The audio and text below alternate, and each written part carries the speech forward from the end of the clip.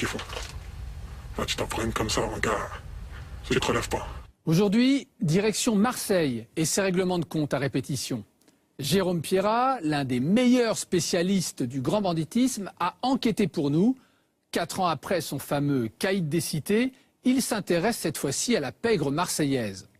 À ses côtés, Sébastien Toen, humoriste à Canal, il a vécu à Marseille et il en connaît de nombreux secrets. Ensemble, ils ont écumé tous les quartiers de la ville pour rencontrer ceux qui connaissent le mieux les réseaux criminels, et je ne parle pas des policiers. Leur caméra a pu accéder à des lieux où elles ne vont jamais d'habitude. Leur but, comprendre ce qui se cache derrière cette violence brute qui défraie régulièrement la chronique.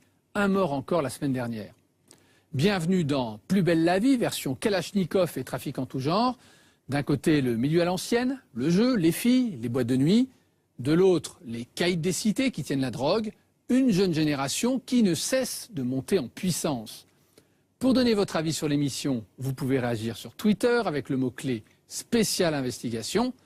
Marseille Gangster, c'est signé Jérôme Pierrat et Sébastien Toen.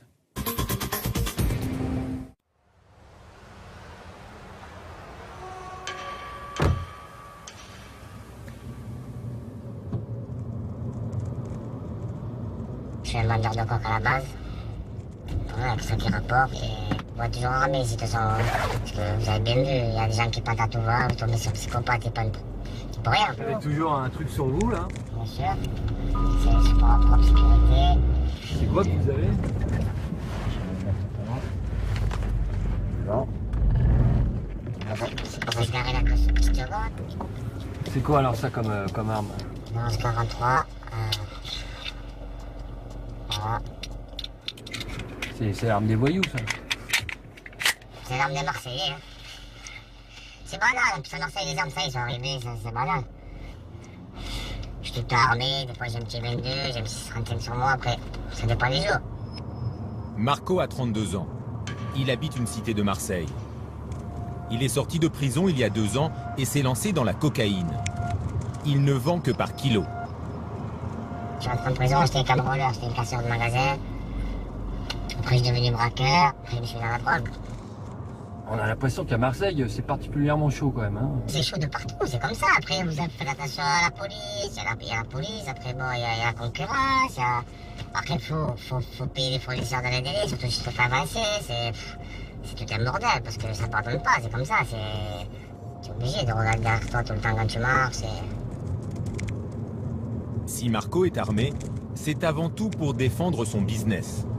Bon demain, excuse-moi, tu manques d'un kilo mon pote. C'est pas ta vie, c'est comme ça, c'est une question aussi de respect, moi tu me mérites pas, c'est comme ça, moi je te fais confiance, je vais pas me méfier, attends. Le trafiquant réclame le respect, mais ça ne l'empêcherait pas de faire un coup tordu, à l'occasion.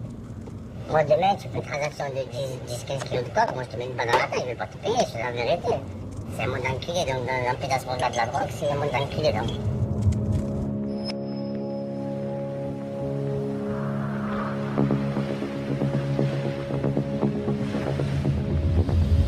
Bienvenue à Marseille. Sa bonne mère, son vieux port et son milieu criminel. Les règlements de compte à l'arme de guerre ensanglantent la ville. 20 morts en 2013, plus de 70 en 5 ans. Comment s'explique cette hécatombe?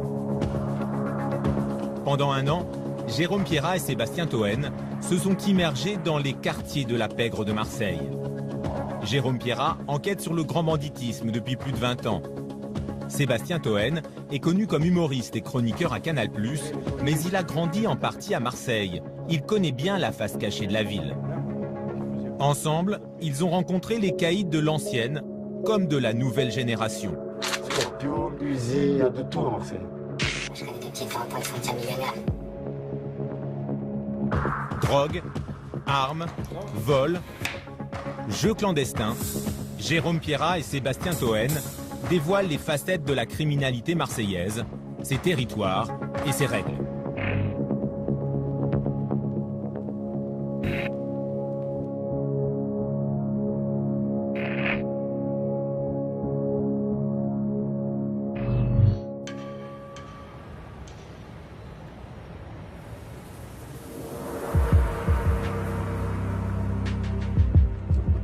Il est 22h30. Nous partons en direction des quartiers nord de Marseille. Chaque soir, au pied des immeubles, le business de la drogue tourne à plein régime. Nous avons obtenu l'accord d'un réseau pour venir filmer. La condition, ne pas dire où la cité se trouve précisément. C'est l'un des hauts lieux du trafic. À l'entrée du quartier, nous découvrons une silhouette dans la pénombre. Le guetteur. Il a 19 ans. Son rôle, donner l'alerte en cas de problème. Ah, vous faites quoi ici? On prévient le charbonneur de l'entrée des Condés. Hein. C'est-à-dire, vous êtes quoi? Ce qu'on appelle les guetteurs, là, c'est ça? Ah ouais, ça. Ah, toi, tu restes là toute la journée? Ouais. De quelle heure à quelle heure tu fais ça? Ah, ça dépend. Hein. Là, c'est... 10h, 1h à peu près. Un peu plus loin, voici le charbonneur. Il attend le client devant l'entrée d'un immeuble. Et tu fais quoi ici, toi? Je charbonne. C'est-à-dire? Je vends du shit. D'accord. Ouais, c'est une cannabis. Tous les jours, tu vends ici? Tous les jours, je suis là, de 11h à 1h. Et si c'est un client, il passe quand c'est la police ou... Quand c'est la police, tu entends le mouacha, le guetteur il me fait un signe. Acha, le mouacha. Ara, c'est quand ça craint? Voilà, c'est comme ça que c'est là. Le mouacha, c'est comme tu entends le mouacha, il faut bouger. À l'entrée du quartier, notre première caméra continue de filmer le guetteur. Et tu touches combien, là, pour faire ça? Ah, ça reste entre moi et la personne. Hein. Quand soudain, un véhicule qu'il ne connaît pas entre dans la cité. Une voiture blanche.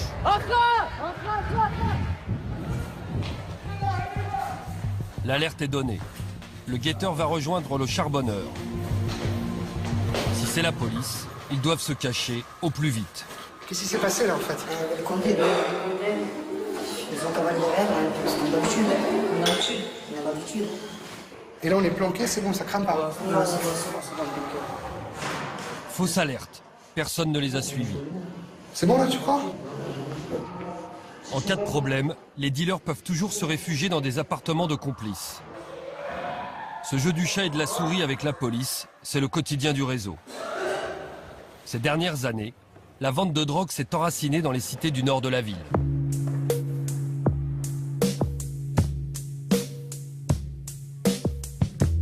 Aujourd'hui, ces quartiers sont devenus l'épicentre de la criminalité. À Marseille, les cités populaires sont concentrées dans les quartiers nord. Ils s'étalent du 13e au 16e arrondissement. 250 000 personnes y vivent, soit un tiers de la population. Un habitat hétéroclite, fait de tours, de petits immeubles et de bars, sortis de terre à partir des années 50.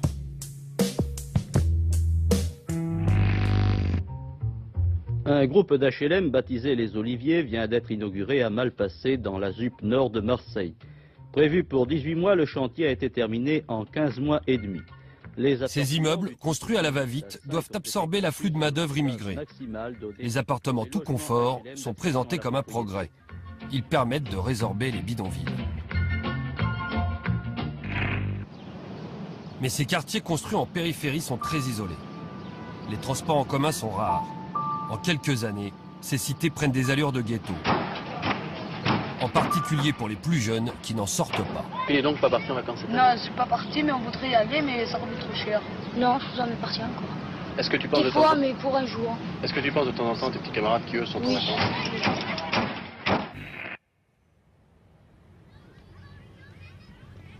40 ans plus tard, ces quartiers demeurent à part. D'ici, il faut plus d'1 heure de transport pour rejoindre le centre-ville. La cité la plus emblématique des quartiers nord, la plus grande, c'est la Castellane. 1300 logements et plus de 7000 habitants. La Castellane date de 1973. Elle devait être une cité de transit où l'on ne reste pas. Mais la fermeture des usines a fait exploser le chômage et condamné les gens à rester vivre ici.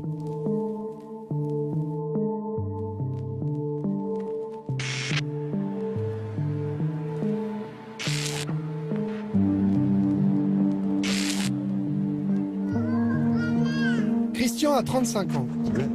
T'entraînes toujours, toi? Il a grandi à la Castellane. Boxeur amateur, il veut aider les jeunes du quartier. Il rêve d'ouvrir ici une salle d'entraînement. C'est un petit champion. D'où on se connaît? Centre social. Centre social, qu'est-ce qu'on a fait? La boxe. Voilà. Je peux compter sur toi?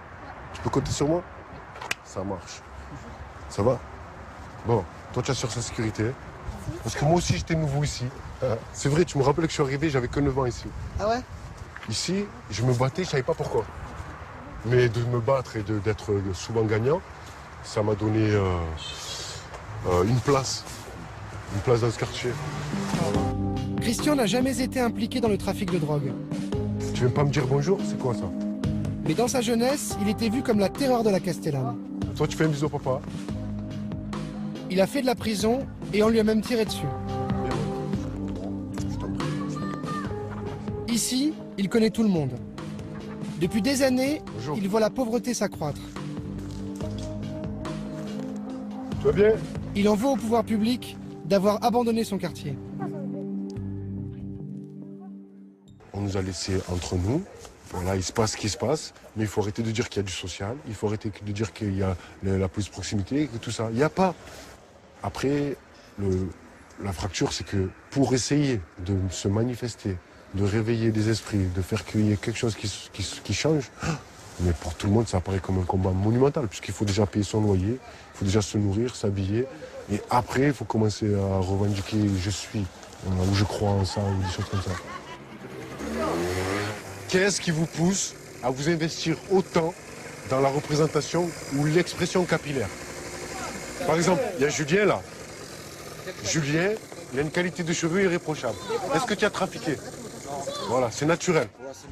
Voilà, maintenant, messieurs, par quel effort vous êtes passé pour avoir les cheveux si lisses? Moi, ouais. j'aime bien défriser les cheveux parce que le matin c'est dur à peigner.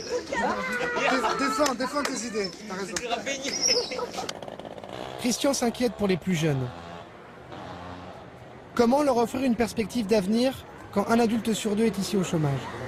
On a participé à encadrer les jeunes, souvent les plus difficiles, parce qu'à l'époque on prenait même les plus difficiles. Voilà. Ces jeunes difficiles, ils font quoi? Ils ont créé tous leur petite entreprise. C'est-à-dire que les plus gros tempéraments, les énergies les plus fortes, soit ils s'investissent dans la marginalité, soit ils réussissent, ils quittent le quartier, ils ne regardent pas en arrière, c'est tout. En juin 2013, la police a saisi à la Castellane 1 300 000 € en petites coupures et 53 kilos de cannabis. Ici, comme dans tous les quartiers nord, le seul business florissant, c'est le trafic de drogue. De jour comme de nuit, des centaines de clients viennent se ravitailler dans ces quartiers. Nous avons demandé à un habitué de filmer pour nous en caméra cachée. Il arrive à pied dans une cité du 13e arrondissement. À l'entrée, le guetteur, assis sur une chaise, contrôle les voitures. En bas de l'immeuble, 3 autres guetteurs surveillent.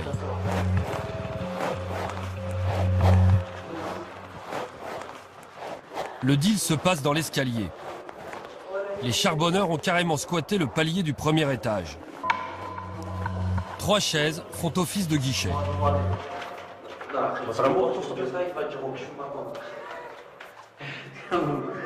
Le charbonneur lui donne une barrette de 6 grammes de cannabis contre 30 €. La transaction dure 30 secondes. Derrière, 2 autres clients attendent leur tour. Des points de vente comme celui-ci, il y en aurait plus d'une centaine à Marseille. Un business qui engendrerait des millions d'euros par an. Chaque réseau respecte une organisation hiérarchisée. Au bas de l'échelle, le guetteur. Au-dessus, le charbonneur ou dealer, celui qui vend. Ils sont employés par le gérant qui tient le commerce. Au sommet, le patron, celui qui importe la marchandise de l'étranger. Le gérant d'un réseau implanté dans une cité des quartiers nord accepte de nous parler. Il nous donne rendez-vous un soir dans un sous-sol d'immeuble. Il nous reçoit dans une cave qu'il considère être son bureau. L'homme a 27 ans. Il a débuté dans le trafic à l'âge de 14 ans. De guetteur à gérant, il a gravi tous les échelons. Il ne se vit pas comme un criminel, mais comme un commerçant. Vous êtes quoi? Vous êtes gérant d'un réseau? C'est ça, gérant d'un réseau. Vous pouvez nous expliquer ce que c'est que être gérant d'un réseau? En fait, je suis là et je m'occupe du réseau. Je m'occupe de tout, du recrutement, du paiement, de la surveillance, les dealers quand il a besoin du ravitail du shit, du verre. Tous les 2 heures, je passe prendre l'argent. Ça prend de quelle heure à quelle heure une journée de travail d'un gérant? Je prends de midi à minuit. J'ouvre le réseau, je ferme le réseau. Demain, je me lève, c'est pareil, rebelote, de midi à minuit, blablabla. Et dans cette histoire, là, on parlait de guetteurs, les policiers. Le week-end, par contre, j'ai oublié de préciser, le week-end, on ferme à 3 heures du matin. Ah oui, c'est plus... les horaires, c'est plus... Vendredi, samedi soir, soir de fête, on fait des extras. Vous gérez une petite entreprise, en fait, une PME. Ah, on va pas dire petite, on va pas trop dire petite, quand même. Alors, au-dessus de vous, il y a quoi? Il y a le propriétaire du réseau, il y a le C'est ça, patron. il y a le patron du réseau, c'est ça. Il vient tous les mois, il récupère ses grosses enveloppes et il repart en vacances. Et en dessous de lui, c'est moi. Lui, il est jamais là, il est toujours en vacances, donc entre guillemets, on peut dire que c'est mon réseau. Dans son réseau, il y a 2 dealers et 4 guetteurs. Les équipes tournent, ce n'est pas toujours les mêmes. C'est le patron. Le gérant s'occupe aussi de la gestion du personnel. Vous, quand vous recrutez, quand vous embauchez, justement, c'est quoi? C'est des jeunes qui viennent vous voir ou c'est vous qui repérez des mecs que vous... Non, c'est des gens qui viennent me voir, c'est des petits jeunes du quartier. Parfois, ça m'arrive de mettre des gens que je connais pas. C'est le copain du copain. Voilà, quand j'ai besoin, c'est... Voilà. Et ça tourne, ça tourne beaucoup, les employés? C'est-à-dire, est-ce que ça change souvent? Est-ce que les gars, ils font ça un temps, puis après... Ouais, il y en a qui viennent, ils veulent partir en vacances, ils ont besoin de 400-500 €, ils viennent, ils guettent un peu, ou ils disent un peu, ils prennent ses sous, ils repartent en vacances, ils font un peu d'argent, ils s'achètent un scooter, ils font un peu d'argent, ils s'achètent des habits. Et quand un client vient ici, vous faites le trafic avec lui, il revient, et les habitués? Ouais, bien sûr, il vient, il rentre, il achète sa marchandise, il repart, voilà, sans plus, nous on parle avec lui, on n'a pas trop grand-chose à se dire aussi. Après voilà, il vient, il prend ce qu'il achète, et voilà. Vous imaginez si le patron de Carrefour, chaque client devrait parler avec lui, ils n'en sortiraient pas. Ben ici c'est pareil. Le gérant nous montre maintenant la sacoche qu'il donne au dealer pour sa journée de travail. C'est ça qu'on appelle la fameuse sacoche, là, Dans ce sac, tout est prêt pour la vente. Les doses individuelles sont mises dans des sachets plastiques. Alors ça, c'est quoi? Ça, c'est des pochons à 50 €. Alors vous, dessus, vous avez marqué quoi? Vous avez marqué combien ça? C'est que ça, c'est la pochette. Dessus, le gérant a inscrit la somme que devra lui rendre le dealer. Alors ça, c'est le hashish, ça. Ça, c'est donc l'herbe, et ça, c'est le hashish.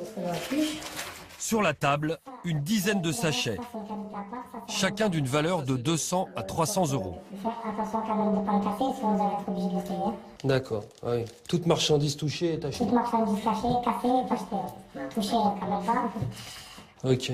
Ça, c'est quoi? C'est pour une journée? C'est pour combien de temps? Non, c'est pas pour la journée, ça dure à peu près une petite 2 heures, 3 heures. Ça, c'est pour les 3 heures à venir. Voilà. Donc ça, en gros, c'est ce que vous allez donner, vous, au dealer. Et je vais lui donner là, qui va finir la soirée avec. Alors, si ça, c'est pour 2 heures, vous en vendez combien par jour? Normalement, je vous le dis pas, mais on va dire qu'on tourne à peu près entre 12 000 et 13 000 €. La journée? La journée. Ouais. Là-dedans, il y a que des... Dans son sac, des kilos de marchandises qu'il doit encore préparer. Ah oui, ça, c'est pour le charbonneur de ce soir. Il y a combien, alors, dans le sac? Là, il y a à peu près 2, 3, il y a 6 kilos et demi. 6,5 kg de cannabis. C'est ça. Plus ce qu'il y a sur la table. En tout, il y en a ici pour plus de 20 000 €. Ça va sécher, vu que je vais pas le couper aujourd'hui. Comme dans une société, le gérant est intéressé au chiffre d'affaires. Ça dépend, je me fais un peu de détail moi-même. C'est-à-dire? Bah, au plus ça marche, au plus je suis payé, quoi. On va dire à peu près que je fais des mois aller à 10 000, 9 000 €. Sans en abuser. Ouais, sans impôt, sans rien. Sans impôt, sans rien. Selon le code pénal, le gérant risque jusqu'à 30 ans de prison, comme exécutant d'un trafic de drogue en bande organisée. Il sait qu'il joue gros, mais il n'est pas question pour lui d'arrêter. L'appât du gain est trop grand.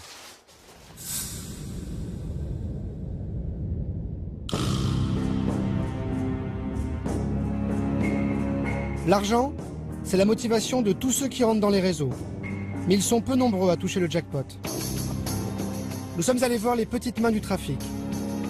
Les dealers, les guetteurs, ceux pour qui travailler dans un réseau s'apparente plutôt à de la survie. Nous rencontrons un charbonneur, en pleine préparation de sa marchandise. Qu'est-ce que vous préparez, là? Là, c'est des morceaux à 10. À 10 €? Ouais. Il coupe lui-même les morceaux de résine de cannabis qu'il va vendre. Ah, je vais vite fait faire 2 ou 3 morceaux à 30.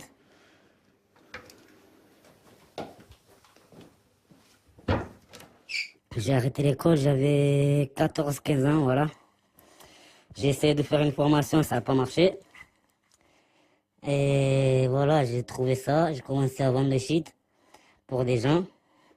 Et de là, j'ai pas lâché le morceau. Jusqu'à maintenant, j'en ai 24. Et franchement, c'est pas facile, hein. Un charbonneur comme lui gagne entre 100 et 200 euros par jour. Ces 10 dernières années, il a travaillé dans plusieurs réseaux des quartiers nord.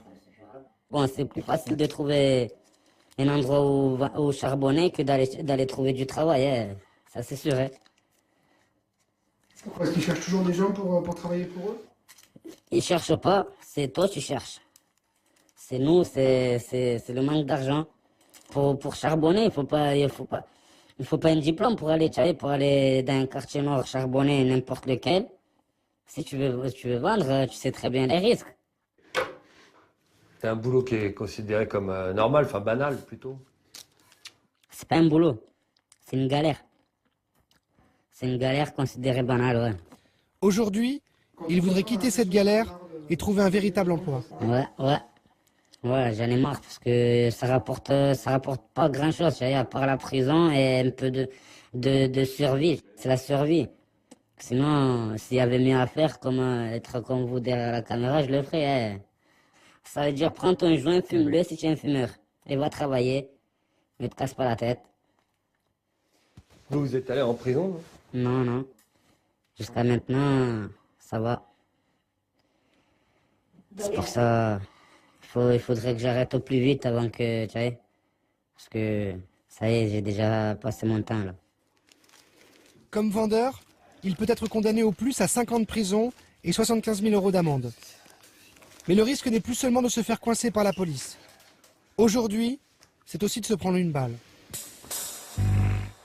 Marseille, secoué par les règlements de compte. Hier soir, c'est selon cette même méthode qu'a été tué par balle. À Marseille, la concurrence entre les réseaux fait des morts, par dizaines. Depuis 2009, plus de 70 jeunes ont été tués par balle. Des règlements de compte à coups d'armes de guerre. En 2010, une fusillade marque les esprits. Elle a lieu au cœur de cette cité du 13e arrondissement, le Clos-la-Rose. Jean-Michel, dit Michou, un jeune guetteur de 16 ans, est abattu. Au pied d'un bâtiment de cette cité nord de Marseille, des dizaines de douilles. Elles témoignent de la violence de ces règlements de compte à l'arme lourde. Hier soir, vers 22 h, 2 voitures s'arrêtent au pied de ces immeubles. 5 hommes cagoulés armés de Kalachnikov ouvrent le feu. Dans les quartiers, les guetteurs sont en première ligne. Ce sont eux que l'on voit le plus sur le terrain. Comme ils n'ont pas de marchandises et qu'ils sont souvent mineurs, ils bénéficient d'une quasi-impunité devant la justice. Mais la fusillade du Clos-la-Rose montre qu'ils peuvent devenir des cibles.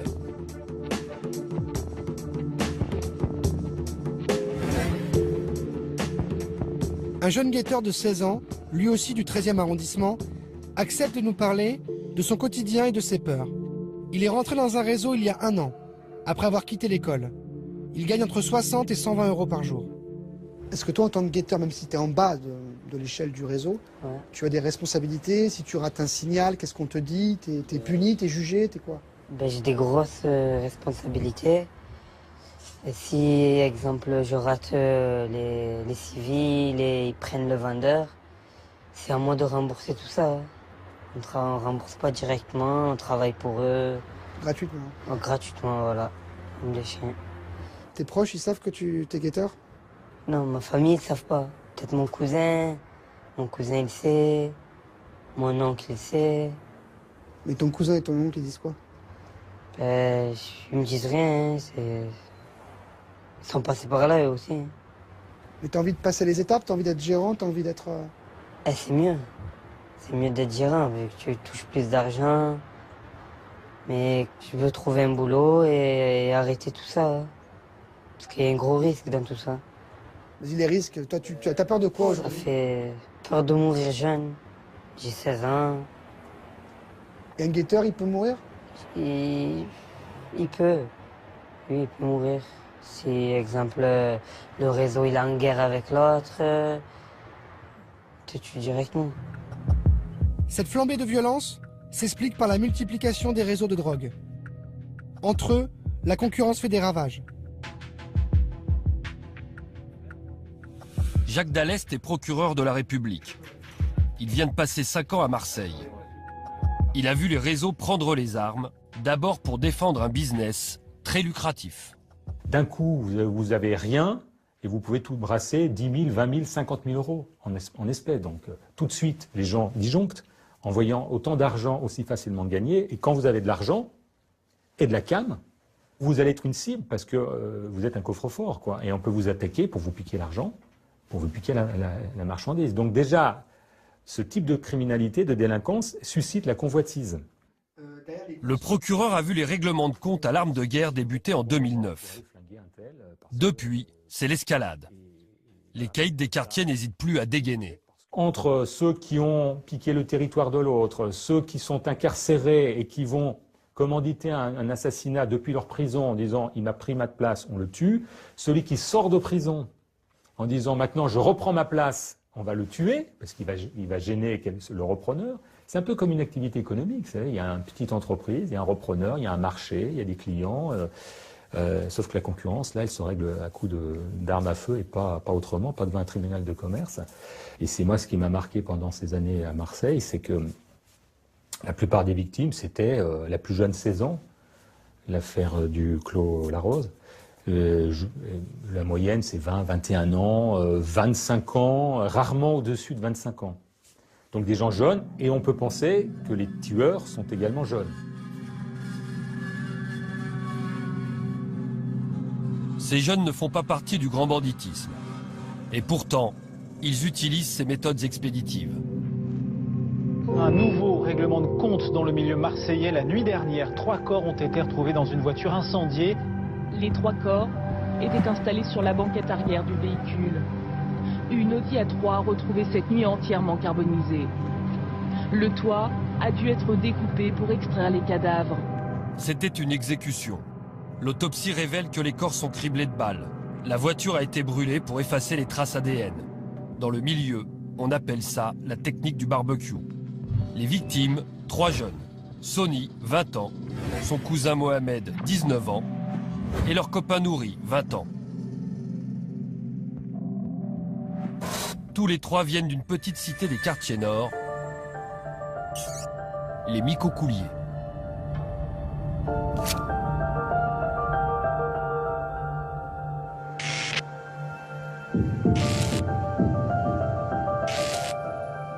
Ici, pas de tour de 20 étages.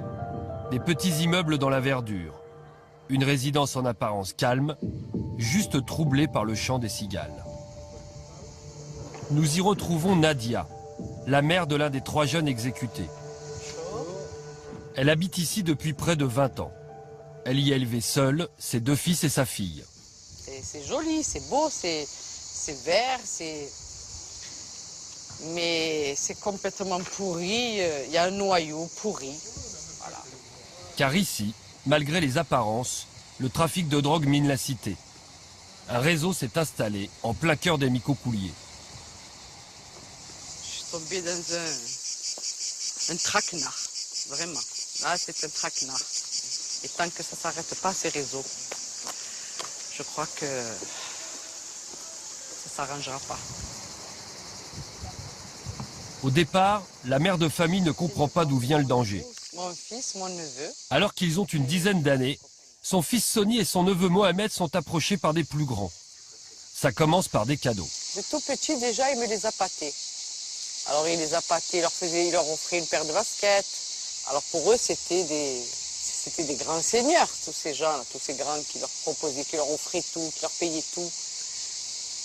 Moi, quand ils ont commencé à leur acheter des affaires, je me suis dit, c'est des braves gens, ça, ils sont gentils. Ils ont vu que j'étais seule, que je ne travaillais pas, que j'étais seule avec mes enfants.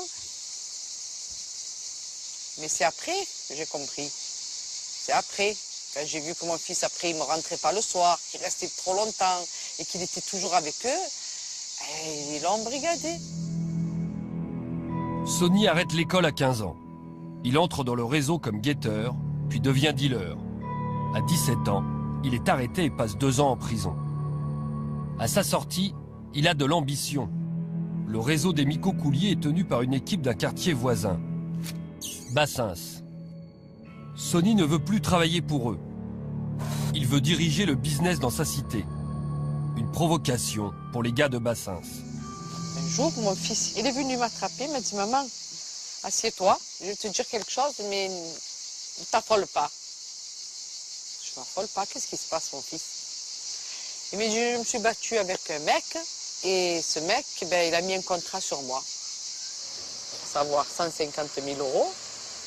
Il me dit « C'est un tel qui est venu me le prévenir. Il a dit « Méfie-toi, il y a un contrat sur toi. » 3 semaines plus tard, le jour de Noël, Sony et ses 2 copains ont rendez-vous pour acheter du cannabis en gros. Ils doivent retrouver leur fournisseur dans cette école désaffectée à Bassens. C'est un guet-apens. Sony, Mohamed et Nouri sont abattus, puis leurs corps sont brûlés. 4 suspects sont arrêtés pour ces meurtres. Ils viennent de la cité Bassens. Ce sont des proches de Sony et de sa famille. Certains d'entre eux, je les ai hébergés. Ils sont rentrés chez moi, ils ont mangé chez moi, ils ont dormi chez moi, ces gens-là. Et quand on pense que des gens aussi proches peuvent commettre des actes aussi horribles, j'arrive pas à le concevoir. C'est trop dur. Trop dur. À imaginer ce qu'ils ont fait. Mais vous vous rendez compte? Mettre le feu. Pourquoi ils mettent le feu? Pourquoi brûler des corps? Ils pensent pas aux familles. Quand ils tuent, ils prennent des enfants comme ça. Les familles, ils n'y pensent pas. Les mamans. Je suis pas la seule dans cet état. Je suis pas la seule dans ce cas. Il y a plusieurs mères comme ça qui se... Aujourd'hui, Nadia voudrait quitter le quartier. Elle a peur pour ses autres enfants. Elle a demandé à être relogée, loin d'ici. En 2013, 20 jeunes ont été tués par balle à Marseille. Une hécatombe facilitée par l'arrivée massive d'armes de guerre dans les quartiers nord. Depuis quelques années, se procurer un pistolet automatique ou une Kalachnikov n'est plus réservé au grand nom du banditisme. Comment ces armes arrivent-elles à Marseille? Est-il aussi facile qu'on le dit d'en trouver? Pour le savoir, nous allons chercher à acheter une Kalachnikov. Nos contacts nous proposent de rencontrer un homme qui joue les intermédiaires. Il est méfiant. Après 2 rendez-vous ratés, il accepte de nous voir, mais loin de sa cité. Salut, bien, et toi? Nous, l'idée, c'est de voir comment on peut se procurer des armes. Si c'est simple, pas simple. C'est jamais simple, mais bon. J'ai les contacts qu'il faut, moi. J'ai des mecs qui ramènent ça, quoi. Je peux avoir des scorpions, des pistolets, mitrailleurs, des bazookas, des kalash. Bah, nous, on voudrait, voilà, pour être franc, on voudrait acheter une kalash pour voir un peu si c'est facile à avoir. C'est comme ça l'idée. Hein. Ouais, j'ai les contacts qu'il faut. Et d'après toi, c'est combien de temps pour avoir un... Comptez-moi 15 jours, 3 semaines. 15 jours, 3 semaines 15 jours, 3 semaines, possible. Et ça vaut combien? Faut compter 2500, 3000 euros. 2500, 3000 euros. Et avec ça, on a les balles, on a tout. C'est ça à peu près le truc. Bon. Et alors nous, le gars qu'on va voir, c'est qui exactement? C'est un contact que j'ai. Un mec qui tourne tous les quartiers noirs, qui font Marseille, quoi. Moi, je vous mets en contact, après vous voyez avec lui, quoi. D'accord. Bon, bah, salut. Ciao.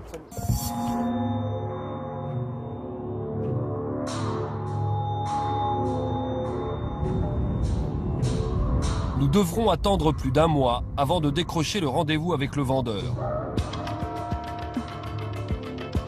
Il faudra payer cash le prix de la Kalachnikov, soit 3000 euros. Un soir, il nous reçoit dans un box, quelque part dans les quartiers nord.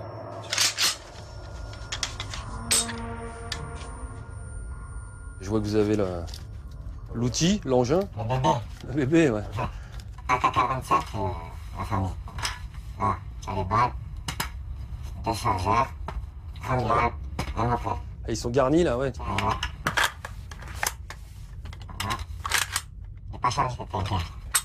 Cette Kalachnikov vient d'un pays d'ex-Yougoslavie. Ouais, c'est une vraie. Hein, c'est l'origine de la plupart des armes de guerre qui arrivent clandestinement en France.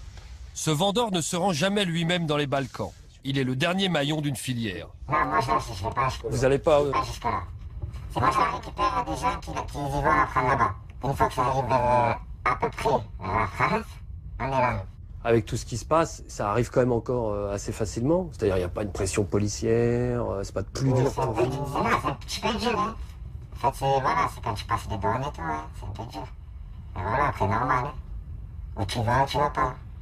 Ça revient comment? Dans des véhicules aménagés, des trucs comme ça des... On demande des trucs, je peux pas vous dire. D'accord, bon. C'est une arme de guerre. Est-ce qu'on peut trouver à Marseille d'autres armes de guerre? Si. Scorpio et tout. Là, tu me ramènes 3000 €, je te ramène un micro easy. Tu veux un 1143, je te l'amène. De toute façon, si j'ai essayé un d'entre nous... L'homme s'est lancé dans la vente d'armes il y a 4 ans. Et il reconnaît qu'en ce moment, il a du mal à faire face à la demande. Vous bossez comment? C'est à la commande? C'est-à-dire, vous avez un stock ou... est-ce qu'il... De temps en temps, un stock, comme de temps en temps, c'est la commande, en fait. Parce que des fois, on n'a pas assez pour tout le monde. C'est trop demandé. Ouais, il y a une grosse demande. C'est dur à Marseille, de ça. Tout le monde raffole avec, hein. Ça se tue pour rien. Avant, j'en prenais une à 1005. Après, ça augmente à 2000, 2005, maintenant 3000. Ça va vite. Et la personne, elle est pressée, elle veut 3000, maintenant elle te donne même 3005. Tellement elle est pressée, elle veut vraiment faire ce qu'elle a à faire. Et voilà. En fait, tu as ta calage à Marseille, tu es quelqu'un. Ah ouais, d'accord. Personne va jouer avec toi. Ce qui est sûr que des mecs, tu peux arroser, quoi.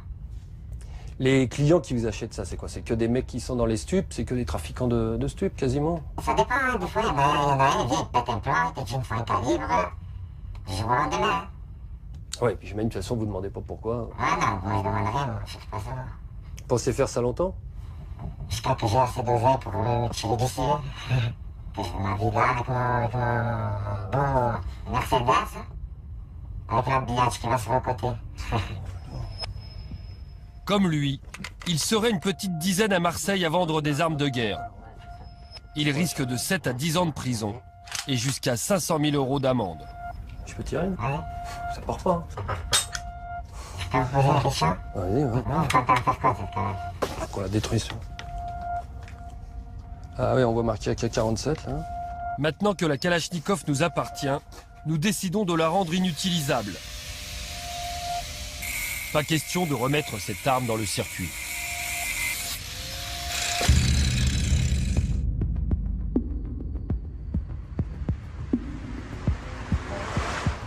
Nous cherchons maintenant à rencontrer un client type de ces armes de guerre. Les guetteurs, les dealers, ne sont généralement pas armés. Les calibres sont demandés au-dessus. L'homme a 30 ans. Il est à la tête d'un réseau. Il vient justement de recevoir une Kalachnikov, flambant neuve.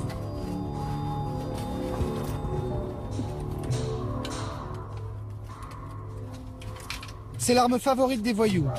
Pas besoin de savoir bien tirer. Avec 600 coups par minute, impossible de rater sa cible. C'est une vraie? Oui, c'est vrai. Mais voilà, il y a tout ce qu'il faut. Là, tu t'en prends une comme ça, mon gars. Tu te relèves pas. Avec ça, t'arroses tout le monde. Et là, il voit ça, il se sort mon corps, direct. Direct, il voit une Kalachnikov, il se dit, celui-là, il rigole pas. Donc vraiment, faut sortir ça. C'est qu'il y a de vraies embrouilles. Il nous confirme que les armes sont dans les quartiers depuis plusieurs années. Ce qui a changé, c'est que les gars n'hésitent plus à s'en servir. Avant, c'était chacun, il voulait avoir sa petite calache à la maison, déjà, histoire de, voilà, au chaud, tout ça, plus pour impressionner, tout ça. Maintenant, c'est plus comme avant. T'entends plus parler, lui, il a la calache, t'entends lui, il a tiré, lui, il a charqué l'autre, ceci, c'est plus pareil, c'est plus comme il y a 10 ans. Aujourd'hui, quand t'es dans le réseau, il t'en faut une, c'est comme un flic. Aujourd'hui, il a son flash-ball, son taser. Maintenant, on a des calaches, mon gars. Moi, c'est pas mon but d'héritier déjà, tu sais. J'ai une morale quand même. Moi, je suis là, j'ai fait mes sous, c'est tout. Et pour éliminer les concurrents, sans se salir les mains, il est possible de faire appel à des garçons de quartier qui jouent les tueurs à gages. Si t'as pas envie de te casser la tête, tu leur donnes 70, 80 000, et il va être les chartes, le mec. Il te chatte.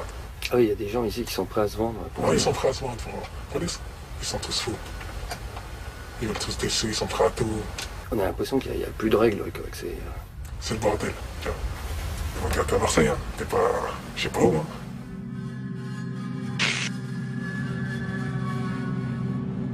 Malgré les 20 morts annuels, les réseaux qui changent de main, les arrestations par la police, le business de la drogue continue et le cannabis n'a pas l'air de manquer dans les cités de Marseille.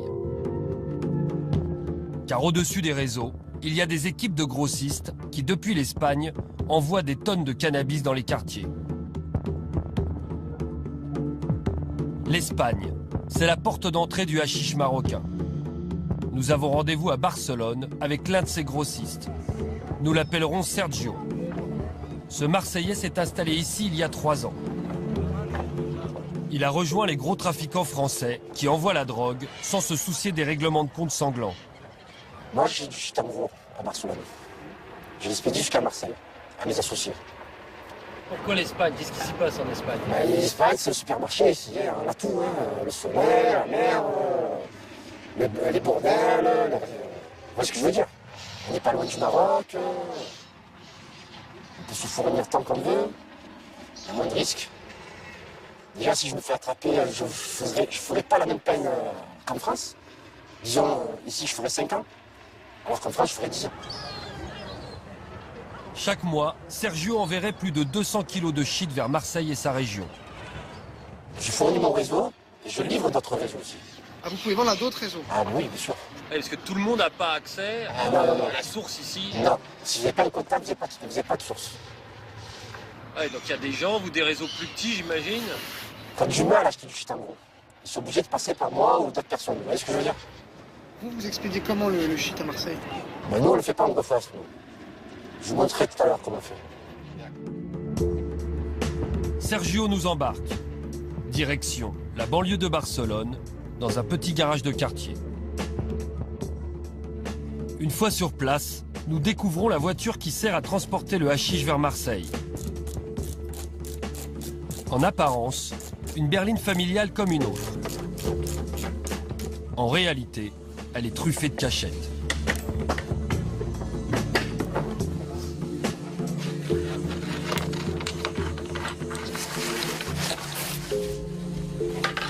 Donc là, on est sous le coffre. Là. Sous le coffre. Et là, ce qu'on voit, c'est quoi, là? C'est la route du coffre. Combien on peut mettre là-dedans? Entre 150 et 200 kilos. Ah, carrément. C'est fabriqué avec de la fibre de verre. Et il y a eu d'autres planques dans la voiture? Il y a une autre plaque devant. Même système à l'avant de la voiture. Derrière le pare-choc, 3 autres cachettes. L'aménagement d'une voiture comme celle-ci est complexe et coûteux. Sergio l'a acheté clé en main à une équipe qui s'est chargée de toutes ces transformations. Ça, c'est la cage de devant, c'est ça? C'est la cage de devant. Et on peut mettre combien là-dedans? 80 kilos. C'est fabriqué en Espagne, c'est un pote qui me l'a vendu, c'est lui qui m'a fait l'installation, tu vois. Ça vaut combien une voiture comme ça? 40 000 euros. Rien que la transformation, ça vaut combien? 20 000 euros. C'est plus discret que le GoFast, ça, alors. Bien sûr. Une fois la voiture chargée, Sergio recrute des mules, c'est-à-dire des passeurs qui vont la ramener jusqu'à Marseille. Qui conduit ce genre de voiture? Vous demandez à qui? Que ce soit des couples, des jeunes, mais pas de caïra. C'est-à-dire Pas avoir un visage basané. Les douaniers, ce qu'ils voient en premier, ils voient une couple, ils disent c'est bon, c'est un couple. Alors que là, s'il va y avoir 2 jeunes, 4 jeunes dans une voiture, cramé direct. Faut que la personne passe bien. C'est tout est calculé. Et combien ils sont payés alors les gens? Entre 4 000 et 5 000 euros. Pour les 2 personnes, pour le couple, c'est 4 000 à 5 000 euros en tout? En tout. Pour chaque voyage. Et eux, ils savent exactement ce qu'il y a dedans ou? Non. Et quand la voiture redescend en Espagne depuis Marseille, elle ne fait pas le voyage à vide. Dans ces mêmes cachettes, elle rapporte l'argent du trafic au boss.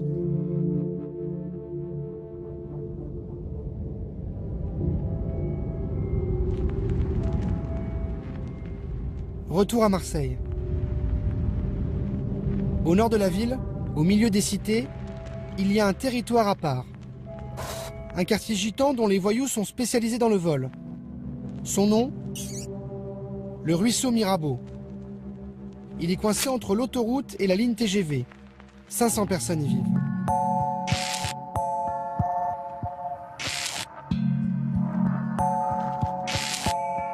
Il y a 2 ans, une équipe de voleurs issue de ce quartier a fait la une. Le 27 novembre 2011, des cambrioleurs sont pris en chasse par la police, après le casse d'un supermarché. Une fusillade éclate. Un policier est abattu de 3 balles de Kalachnikov et un des braqueurs est tué.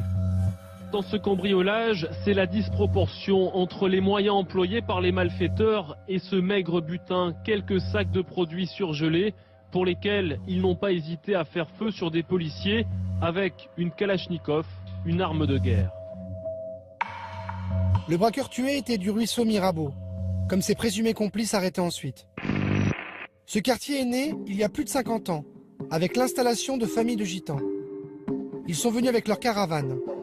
Ils faisaient de la récupération de métaux pour les usines alentours. Dans les années 70, la ville achète le terrain et loge les familles dans ces petits pavillons en dur. Les caravanes sont toujours là, mais la population est sédentarisée. Aujourd'hui, le ruisseau Mirabeau, entouré d'un mur, a des allures de camp retranché. Il est réputé comme le quartier le plus redouté de Marseille. Personne n'ose y entrer sans y être invité. Mais grâce à nos contacts, nous obtenons le feu vert pour filmer dans le quartier. Il y a de la muscule là, il y a la muscule, il y a la muscule.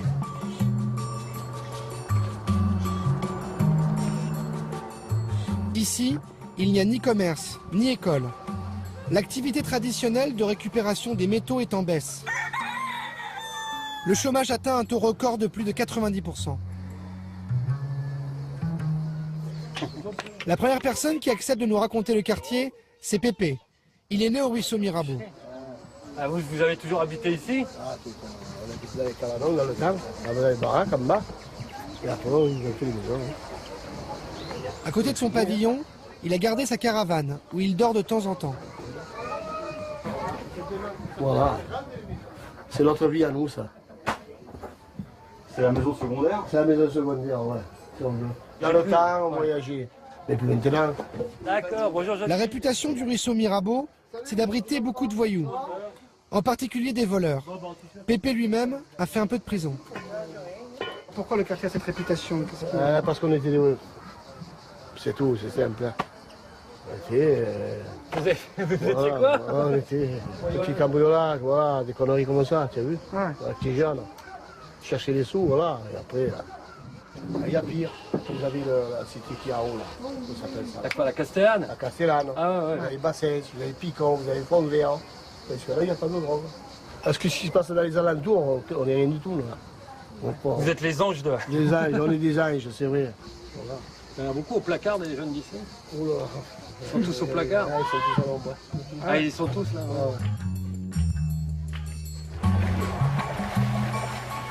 Effectivement, dans le quartier, nous croisons peu de jeunes adultes. On voit surtout des enfants, des femmes et quelques anciens.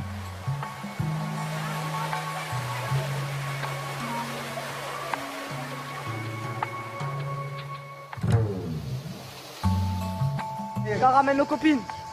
Mais ça, nos copines, ils ont peur de rentrer ici. Et parce qu'ils disent les gitans, ils vont nous manger, c'est des dalleux et tout. Et en vrai, non. Pas vrai. On est que des beaux gosses. Que des beaux gosses. Sauf que c'est un gros gosse. Que des beaux gosses. Que des beaux gosses. Les filles, on les fait craquer. Comment vous expliquez qu'on a un sentiment que pour rentrer c'est compliqué si on connaît personne? C'est quoi? Vous trouvez ça normal, vous? Oui, c'est normal. Mais parce que les grands, ils nous ont appris ça. Il y a nous, on doit l'apprendre aux plus petits. Personne ne doit rentrer dans le quartier, ça doit rester entre nous. Mais comment ça, personne ne doit rentrer? Les autorités, des gens qui ne sont pas du quartier, des gens qui... La police, tout. Voilà, tout. Ils nous ont appris ça depuis tout petit. Ouais.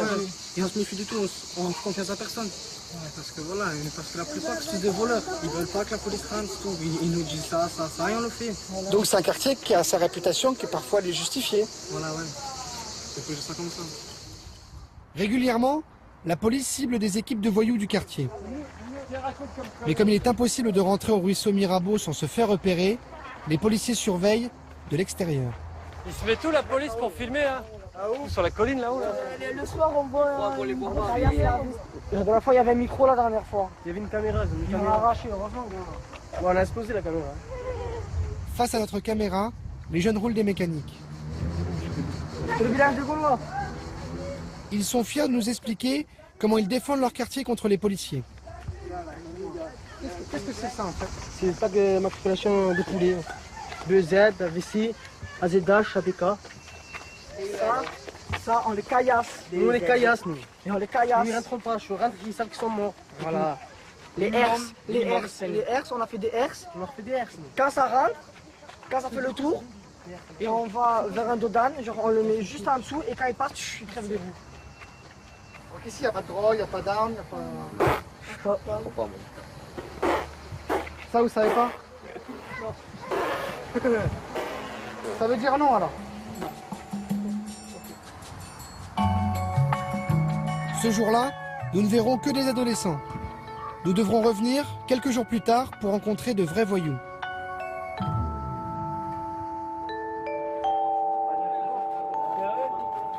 Les hommes qui vont nous parler ont tous eu affaire à la justice. Ils nous racontent les affaires pour lesquelles ils sont tombés par le passé. Mario a 26 ans. Il vient de passer près de 10 ans en prison pour avoir volé des voitures avec violence.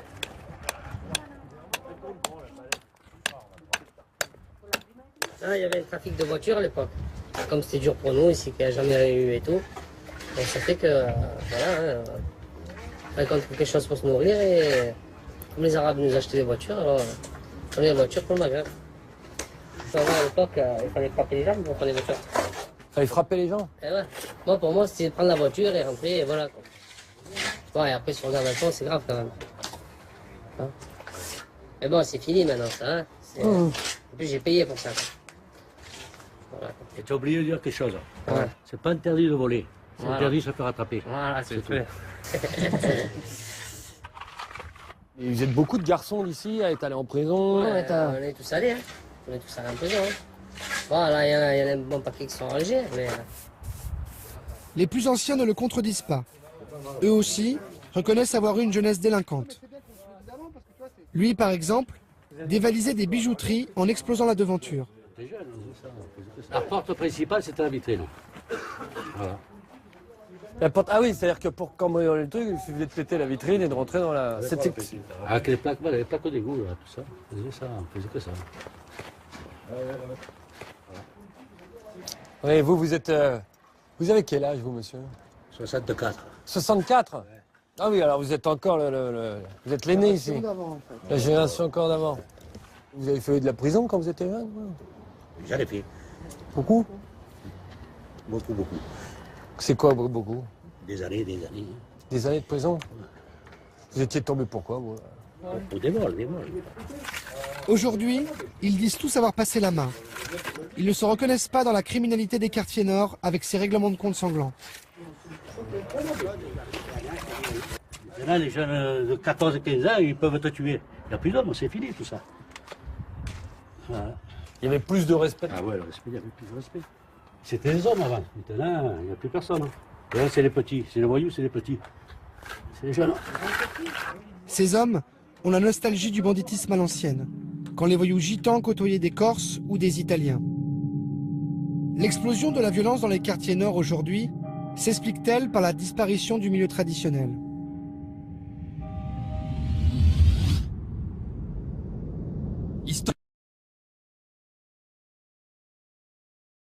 Village qui borde le vieux port. Machine à sous et raquettes. Les voyous sont ici de la vieille école. Les quartiers d'Andoum, de l'Opéra et du Panier sont des fiefs du grand banditisme depuis un siècle. Les caïds y alimentent régulièrement la rubrique des faits divers. Sûrement un règlement de compte sanglant en plein cœur de Marseille. Ce matin, vers 9h, Roland Gabenne, 46 ans, homme fort du milieu marseillais, a été abattu par des individus cagoulés. Le caïd du panier, c'était son surnom, était fiché au grand banditisme. Il était connu des services de police pour vol, braquage et proxénétisme. Il y a 2 ans, l'exécution du caïd du panier est l'épilogue d'une longue histoire criminelle. Un homme a bien connu le grand milieu marseillais, Paul Néry. À 80 ans, il a fait 26 ans de prison pour braquage. Son quartier, Andoum, au pied de la Bonne Mer.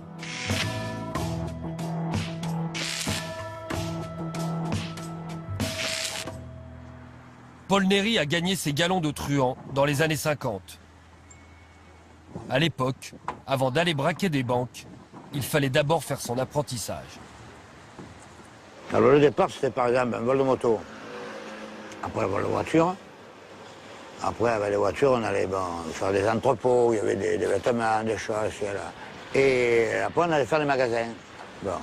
Après, pour qu'il y ait un peu plus d'argent, on cassait la vitrine d'une bijouterie. Il fallait faire vite, là. Alors, on prenait 2 poignées chacun, vite fait.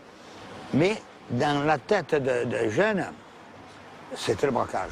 Quand on arrivait là, au braquage, le type, il avait du self-control, il avait en quelque sorte une espèce de CAP, quoi. Un CAP parallèle. Fraîchement diplômé, Paul Néry devient un pro de l'attaque de banque. Il fait carrière sans jamais avoir eu besoin de tirer un coup de feu. Rien à voir avec ce qu'il se passe aujourd'hui dans les quartiers nord. De ce que je lis et ce que j'apprends par les médias, ce sont des jeunes, en général, qui ont voulu courir, qui courent là, puisque avec la cagoule, les calibres, ils ont voulu courir avant d'apprendre à marcher. Avant, on ne voyait pas ça. Les gens étaient structurés avant. Chacun avait une spécialité. La seule personne que je connaisse bien, c'est moi-même. J'ai 80 ans passés, j'ai été bien structuré, puisque je n'ai pas d'acte de violence, je n'ai pas de sang sur les mains. Donc je suis allé à la bonne école. Encore plus qu'Andoum, la pépinière du milieu marseillais, c'est le fameux panier, de l'autre côté du Vieux-Port.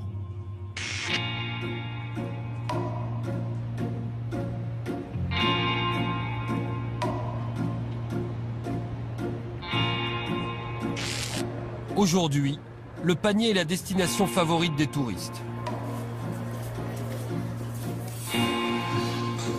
C'est là que se trouve le MUSEM, le nouveau musée des civilisations. Le quartier préféré des bobos a servi de modèle au feuilleton Plus belle la vie. Mais ces ruelles ont d'abord vu grandir les plus grands truands du milieu corso-italien. Nous y retrouvons l'un d'eux aujourd'hui.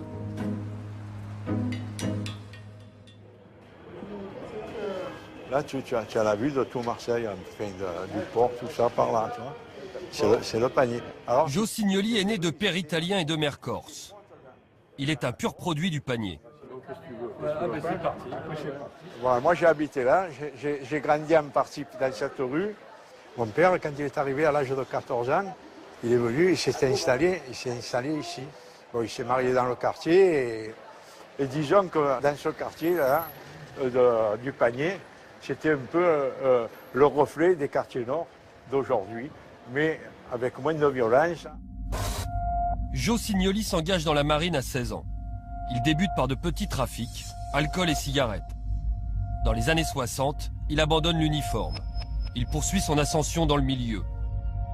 Joe intègre le club fermé des trafiquants de la célèbre French Connection, cette filière qui transforme et envoie de l'héroïne à la mafia new-yorkaise.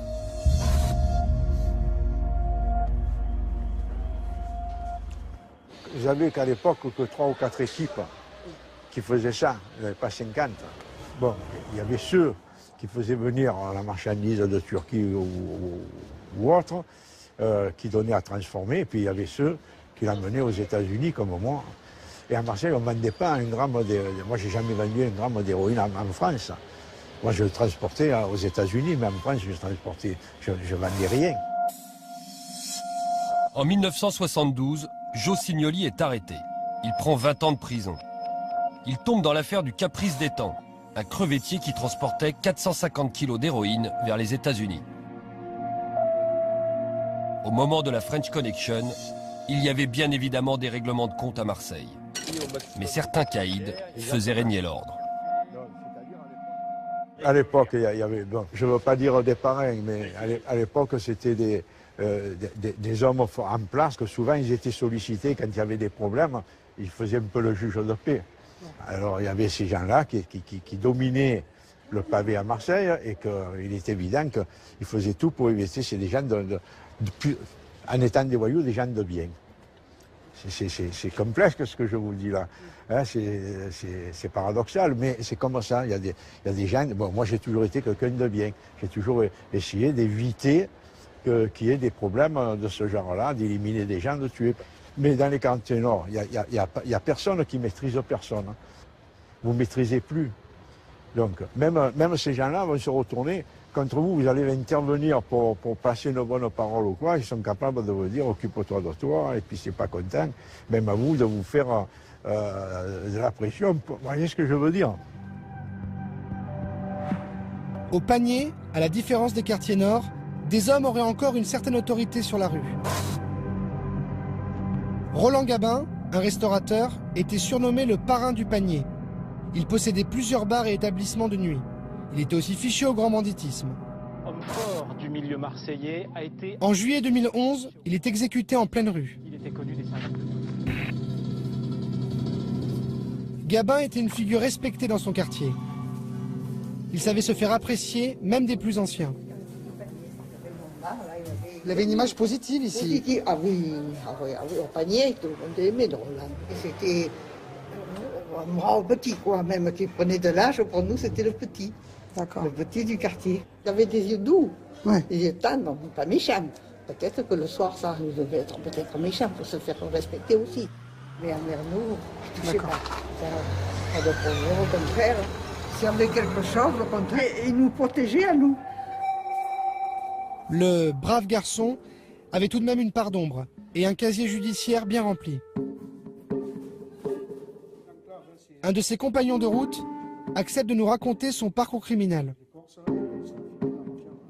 Vous avez bien connu Roland Gabin. Oui, tout à fait. À qui c'était Roland Gabin? On le surnommait... Le caïd du panier, hein. Ouais, c'était ça. Hein. Il n'y a pas de souci, c'était le caïd du panier. Depuis au moins 25 ans. Première arrestation à 17 ans pour braquage. Et là, il a pris 11 ans de prison. En prison, il forge sa réputation. C'est-à-dire un caïd, peur de personne, seul, pas d'équipe, il est seul, c'est Roland, c'est Gabin du Panier. Il a besoin de dégueux. Et il y a même des caïds qui sont en prison avec lui. Quand il sort, lui, de prison, c'est devenu le caïd incontournable. Il avait des couilles grosses comme la Lascade. Une anecdote, un jour, il est convoqué, il est au Beaumet, bon, il est en prison. Il est convoqué par un juge sur une affaire. Convoqué, il appelle, ils vont le chercher, il s'était cousu la bouche. Voilà, il avait la bouche cousue. Voilà, il est arrivé devant le juge, et la juge, elle a fait, bon, allez, on va le remonter. Voilà ce que c'était Roland Gabin. Alors quand on dit c'était le caïd ou le parrain du Panier, comme on l'a lu dans la presse, ça veut dire quoi Il était associé dans les affaires d'argent, les machines à sous, les divers trafics, il était associé un peu à tout. Hein. Il y avait un peu le trafic de drogue, enfin, tout ce qui est inhérent à une truand de base. Hein. Et alors cette photo-là, ça a été pris quand, ça? C'est la fête du Panier en 2011, hein, un mois avant qu'il meure. C'est la dernière photo, je crois, qu'il a pris. Ouais, il est devant le restaurant il est un peu plus, là, vers là. C'est le restaurant qu'il avait, lui? Ouais. Petit restaurant où il faisait les apéros du Panier. Les apéros du Panier se tenaient chaque semaine, à la belle saison. Un rendez-vous très couru des Marseillais. Depuis la mort de Gabin, un nouveau parrain a-t-il pris sa suite? Nous cherchons à rencontrer l'un de ses anciens associés. Son nom apparaît aux côtés de Gabin dans une affaire de racket. On le surnomme Titus. Il a un restaurant au cœur du Panier. Nous décidons d'aller lui poser quelques questions. Bonjour. Si vous vous dérangez, je voulais savoir si je pouvais parler à Titus, je sais que c'est son restaurant. Alors, je peux vous parler 2 secondes, c'est la seule? Donc je vous explique, je travaille pour Canal+. Je fais un reportage sur Roland Gabin. Je sais que c'est votre ami, vous l'avez bien connu. Voilà, je me permettais de venir voir parce qu'on voulait évoquer sa personne. Je veux savoir si je pouvais vous interviewer, parler avec vous. De lui, il n'y a aucune interview à faire.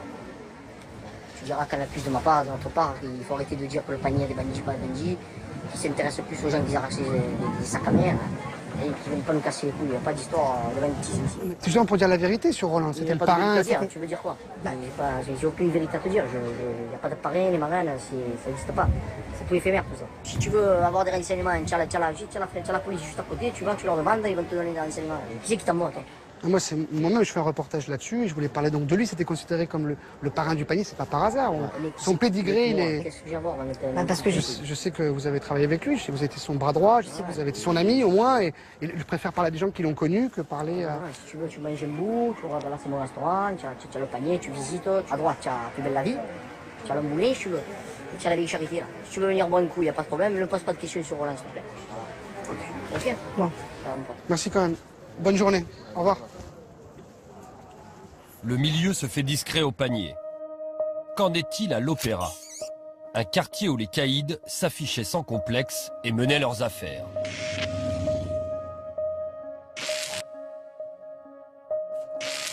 Ici, c'était le quartier général du milieu. Il y avait les bars de voyous, leurs boîtes, leurs hôtels de passe et beaucoup de filles sur les trottoirs. Aujourd'hui, il reste encore quelques bars à hôtesses. Mais les filles sont plus rares. Un fait divers laisse penser à une redistribution des cartes. Les nouveaux caïds des quartiers nord cherchent-ils à s'implanter dans le centre-ville? En mai 2012, un restaurant corse est en partie détruit par un incendie criminel. Il appartient à une figure du milieu, Jacques Cassandry. Fiché au grand banditisme depuis 25 ans, il est soupçonné d'être le cerveau du casse de Nice. Il a fait plusieurs séjours en prison. L'incendie de son restaurant est vu comme un geste d'intimidation. Nous décidons d'appeler directement Jacques Cassandry pour le faire réagir.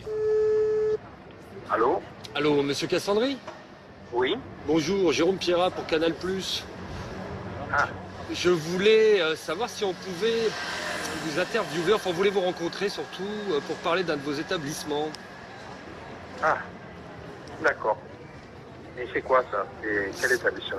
Après discussion, il accepte de nous rencontrer. On arrive tout de suite. Merci. Pour la première fois, il est d'accord pour parler devant une caméra. Ah c'est bon, Jacques Cassandry nous reçoit au son des guitares, le célèbre cabaret corse qui lui appartient. Bonjour. Monsieur Cassandry. Bonjour monsieur. Bonjour monsieur. Vous m'avez téléphoné? Oui, c'est nous. oui. Bonjour, D'accord. Sébastien Antoine, Canal+. Jacques Cassandry. Jérôme Pierrat. Voilà. On peut rentrer, on peut vous parler Je de vous en votre prie, je vous en prie.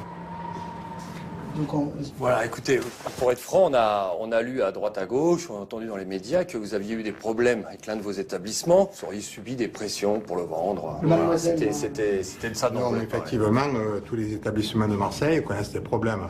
À un moment ou à un autre, on a toujours des petits problèmes dus peut-être à la boisson ou autre. Bon. Mais de véritables problèmes qui sont liés à moi, mon personnage, je n'en connais pas. Je n'en ai pas. J'ai de différents avec personne. Voilà, ça c'est clair. Bonne dépression, je n'en subis pas, évidemment. Oui, en gros, pour être clair, les gens disaient que, en gros, c'était les caïds, ce qu'on appelle les caïds des quartiers nord, qui mettaient des coups de pression pour reprendre les établissements du centre-ville. En gros, c'est ça l'histoire. Non, pas du tout. Moi, je serais parti depuis longtemps si je subis des pressions. Je subis aucune pression. Je suis vraiment dans mon élément, quoi. Oui, parce que vous avez d'autres... Jacques Cassandry nous assure être un simple commerçant, un patron de bar et de restaurant, comme un autre. Moi, ça fait 30 ans que je ne fais plus rien. Hein. Bon, que je me tiens tranquille, que je travaille, je me fais beaucoup de mal, ma famille également. Donc, je ne vois pas en quoi je peux apporter un intérêt qui serait lié à mon passé ou autre. c'est lié à l'actualité, en fait, tout ce qui se passe aujourd'hui. C'est-à-dire qu'il y a un changement des cartes entre les gens qui étaient dans le centre-ville à Marseille, qui avaient une activité particulière, et les gens des quartiers nord. Les problèmes, ils ne sont pas là. Hein. Les problèmes, ils sont ailleurs. Vous voyez tous les jours des gosses qui s'entretuent, ça, ce sont des problèmes. Hein. Voilà, c'est là qu'il faut voir. les problèmes. Bon, messieurs, je suis désolé, mais voilà. Merci, monsieur. Je crois que j'ai répondu à vos questions. Vous êtes satisfaits?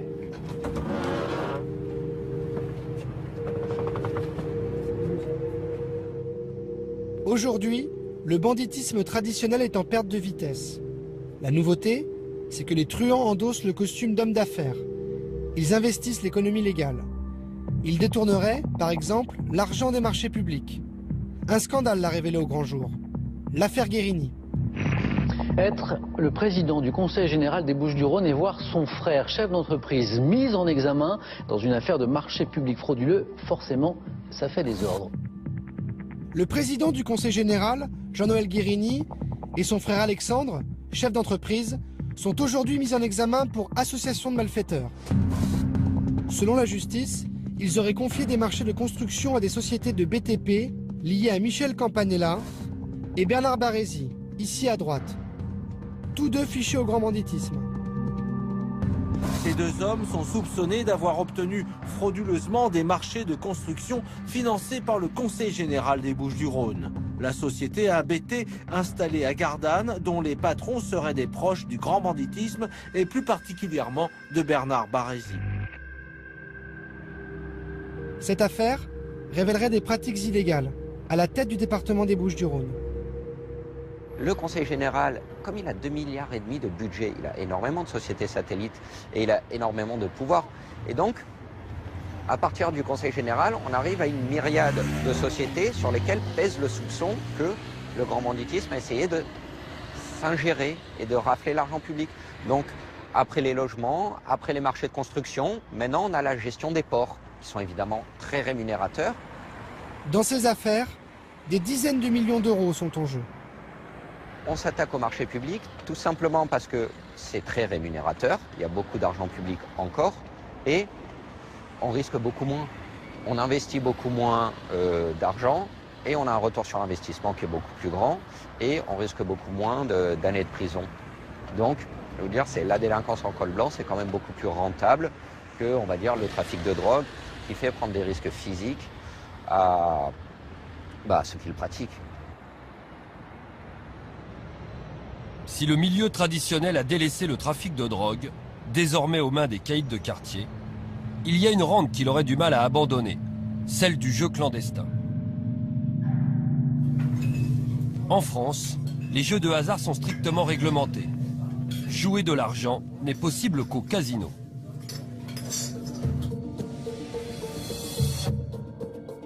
À Marseille, des parties clandestines sont organisées quasiment chaque soir. Nous réussissons à nous faire inviter à l'une d'entre elles. La partie se passe dans l'arrière-salle d'un bar. On y joue à la barboute, la spécialité locale, jamais filmée jusqu'à aujourd'hui. Le principe, une paire de dés lancés dans une longue caisse de bois surnommée le cercueil. Les joueurs misent sur des combinaisons gagnantes. 100 ils gagnent. Autour du cercueil, des garçons venus du centre-ville et des quartiers. Notre caméra est tolérée, mais impossible de poser des questions. 6.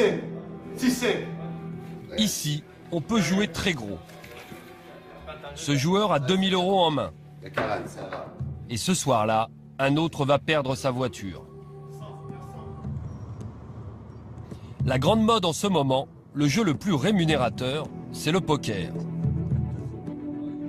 Un organisateur de parties privées, comme on les appelle, accepte de nous recevoir. Il en organise 4 par semaine dans une salle de restaurant. Le rideau de fer est tiré, la partie se passe à l'abri des regards.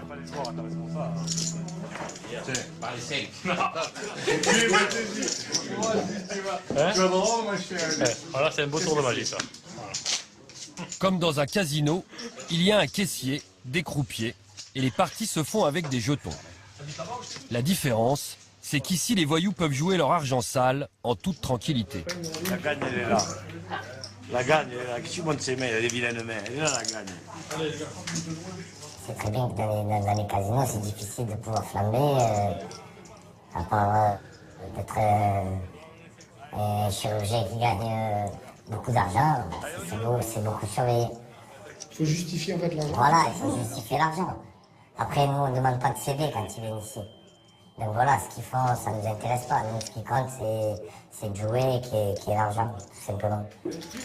Allez, messieurs, c'est à fond. D'accord. Chaque partie compte une dizaine de joueurs. Ils viennent de toute la région. Ils sont prévenus par SMS. Le jeu débute à 22 h et peut durer très longtemps. Alors que les casinos ferment à 2 h du matin, là, tu peux jouer jusqu'à pas d'heure, quoi. Tu peux jouer 24 heures. Les parties, c'est minimum des parties de 3 heures. Ça peut durer une nuit, une journée entière. Ici, pour être accepté, il faut miser beaucoup. Comment ça marche? Dans une partie comme la nôtre, il faut avoir au moins 2-3 000 euros pour pouvoir jouer.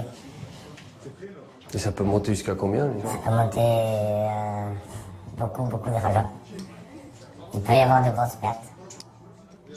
Ou de gros gains. Ou de gros gains, bien sûr. S'il y a des pertes, il y a des gains. Envoyé.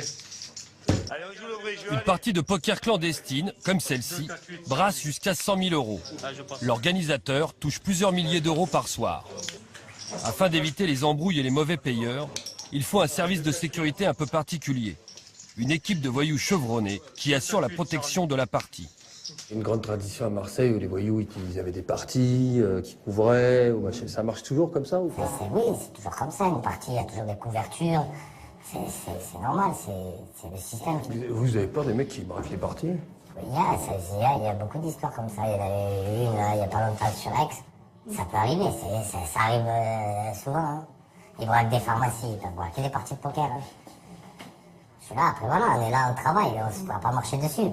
J'ai une vie de famille aussi, hein. J'ai une femme, des enfants, c'est mon gagne-pain. Donc je veux dire, on ne pourra pas enlever le pain comme ça. Et vous avez choisi cette voie-là, pourquoi? Par rapport au trafic de stupes ou à d'autres activités? Parce que je veux être le plus possible dans la légalité. Même que c'est pas légal, mais pour moi, c'est au niveau de mon esprit, je fais rien de mal. Je fais des parties de cartes. Des parties de cartes qui pourraient lui coûter 3 ans d'emprisonnement et 45 000 euros d'amende.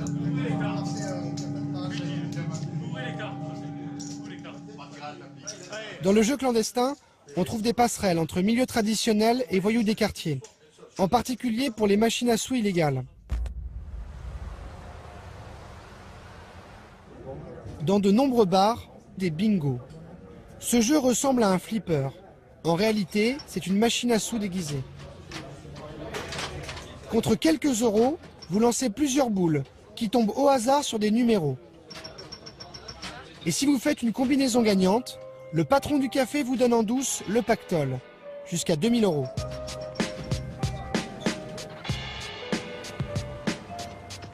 Dans les quartiers nord, des truands à l'ancienne confient la gestion de leur bingo à des jeunes de quartier. Nous allons rencontrer l'un d'eux. Moi, je suis originaire du nord de Marseille, c'est-à-dire des quartiers nord. C'est pas une équipe de quartier pour laquelle vous travaillez? Il y a des grosses équipes qui sont derrière et nous, on est en collaboration avec eux. Vous, votre boulot, c'est quoi exactement? Moi, mon boulot, c'est... Je m'occupe de la maintenance de la machine. Je récupère l'argent. Si la machine tourne bien, on peut passer 1 fois par semaine, on peut passer 1 fois tous les 15 jours si la machine tourne moyennement. L'argent des joueurs est partagé entre le patron du café et l'équipe de voyous qui lui a placé la machine. Et comme il y a des centaines de bingos dans la ville, c'est très rentable. Et les gains d'un appareil comme ça, c'est quoi à peu près mensuellement? Ça peut partir de minimum d'un bar classique, on va dire 1 000 euros chacun entre le propriétaire de la machine et le patron du bar. Ça peut monter beaucoup plus haut dans certains bars de quartier nord, beaucoup dans les quartiers nord. Ça peut monter jusqu'à 10 000 euros par mois. Ça peut monter. À 10 000, à diviser en deux. Hein, divisé en deux, oui. L'exemple des bingos montre que les voyous de l'ancienne et de la nouvelle génération peuvent travailler ensemble. Le plus souvent, ils font connaissance quand ils se retrouvent derrière les barreaux.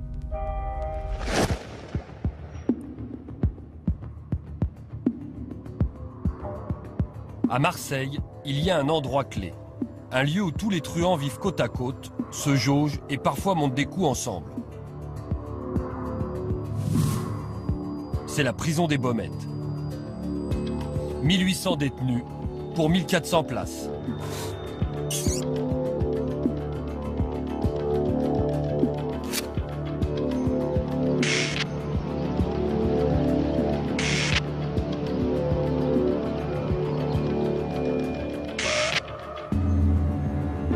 se passe-t-il derrière ces murs? Pour le montrer, un détenu a accepté de filmer son quotidien dans la prison. Souriez, vous êtes filmé. D'accord. Il nous sert de guide. Ouais. Et sinon, la vue, elle est pas mal, hein. D'accord. Il commence par une visite de sa cour de promenade, celle du bâtiment D, le plus récent de la prison. Les détenus passent ici 2 heures par jour. On se contente du thermo, un peu voilà. Comme à l'extérieur, la vie s'organise entre pétanque et jeux de cartes. Voilà. Alors attends. C'est là ou quoi? À l'intérieur, beaucoup de détenus passent leur temps à la salle de sport. Allez. Un cri de guerre. Allez. Voilà.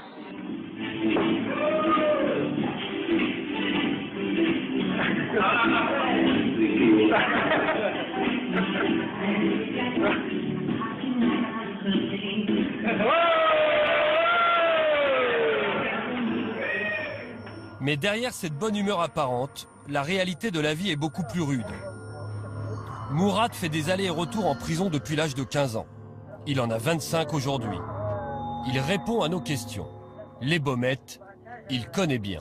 Voilà, à toutes les communautés, on va dire, il n'y a pas trop de racisme ici. Il y en a un petit peu quand même, c'est un petit peu les blancs avec les blancs, les gitans avec les gitans, mais quand même on se mélange quand même. Il faut choisir son camp, ses amis, pour se protéger. On ne parle pas avec les balances, on ne parle pas avec les violeurs d'enfants, tout ça. Après, chaque quartier, ils restent un peu ensemble, parce que c'est comme ça, ils se connaissent de dehors, les gens. Après, ceux qui ne se connaissent pas entre eux, c'est un peu les braqueurs avec les braqueurs, les dealers avec les dealers. Bon, ça se mélange un peu des fois. Mourad est aujourd'hui au bâtiment D, le plus moderne. Les 3 autres bâtiments sont beaucoup plus délabrés. Ils n'abritent quasiment que des jeunes des quartiers et l'ambiance est très tendue. Dans les autres bâtiments, celui qui rentre, qui n'est pas de Marseille, et même parfois celui qui est de Marseille, il se fait éclater. Les jeunes de 18 ans, ils se font massacrer par 5-6 personnes quand ils ne se font pas taper à coups de couteau. Les douches, c'est les endroits de règlement de compte, parce qu'il n'y a pas de surveillant. Je trouve, moi, qui a vécu pratiquement 10 ans en prison, je trouve que un gardien arrive, la justice, elle est pas... il doit arrêter la caméra. Ces images clandestines des Baumettes, nous allons les montrer à quelqu'un qui connaît bien cette prison. Nous retournons voir l'ancien braqueur d'Andoum, Paul Néry. En tout, il a été incarcéré 26 ans dans différents établissements. Son dernier séjour aux Baumettes remonte à il y a 3 ans. Il était lui aussi au bâtiment D. À l'étage où nous étions, il y avait tout les étages d'âge, beaucoup plus de jeunes, puisque la majorité des détenus à Marseille, ce sont beaucoup de jeunes. Paul Néry a été surpris par l'attitude de ces jeunes vis-à-vis de l'ancienne génération. Il y a des jeunes dans la prison qui ont une petite auréole, petite. Alors il y a des jeunes qui sont respectueux de ça. Mais il y en a qui m'ont dit, le matin, ils voyaient des gens que je connais depuis très longtemps, on se fait la bise. Et il y a des jeunes qui m'ont dit, le matin, pour dire bonjour, est-ce que je peux te faire la bise? Mais bien entendu que je peux s'amorcer. Alors il y en a un des jeunes qui était peut-être, c'est bon que je suppose, il devait avoir peut-être 2 gallons dorés dans le quartier, peut-être. Et un jour, il m'a dit, quelle est ta taille, Paul? Je lui ai dit, qu'est-ce que tu me racontes là? Mais je voulais savoir ta taille. Je vais te faire rentrer des jolis Nike, des jolis, comme eux, dans les quartiers, des survêtements, sur mon sol. Ah, je n'ai jamais des survêtements. Il n'y a pas de raison que tu me fasses rentrer des survêtements, voilà. Non, j'y tiens, Paul, je vais te faire... Ben, c'était le côté affectif, le côté gentillesse. Ce qui inquiète l'ancien braqueur, c'est qu'aujourd'hui, petits et grands criminels se côtoient dans la même cour de promenade. Paradoxalement, la rénovation de la prison a créé une usine à délinquants. Maintenant, il y a une cour par bâtiment, oui. Et à l'époque, c'était des petites cours carrées. Il y avait 23 types dans une cour. 22, 23. On appelait ça les camemberts. Alors ils ont cassé toutes ces cloisons pour faire des grandes cours, puis après les cours un peu aménagés, tout ça. Mais c'est un lieu néfaste, négatif, parce que la cour de la prison, c'est l'université du crime. Il y en a qui sortiront, pour avoir vendu par exemple du shit, béton, ils sortiront en ayant appris comment on passe à l'escalade, au stade supérieur, c'est-à-dire à l'acte de violence. Qu'est-ce que... quand je sortirai... Ce constat, il est également fait par Mourad, le détenu actuellement au Baumette. Effectivement, en prison, on fait beaucoup de connaissances. On apprend à monter des coups, on fait des alliances, parce que on fait des alliances avec ceux qui sont bons dans un certain domaine. Donc voilà, c'est l'école, comme je dis, c'est l'école du crime. Tu bois le café? Oui, mon frère, oui, pas de problème. Les mondes criminels se rencontrent en prison et parfois ils s'associent pour en sortir.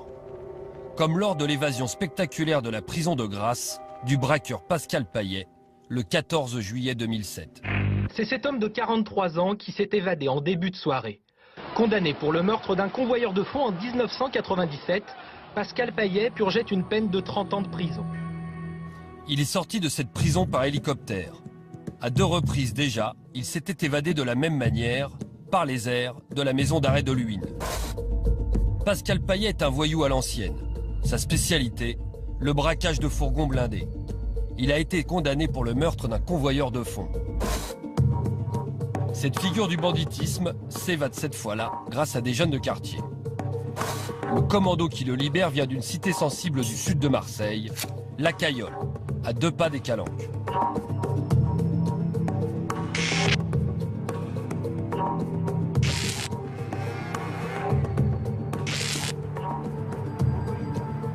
Sur place, nous avons retrouvé un membre du commando, Taleb.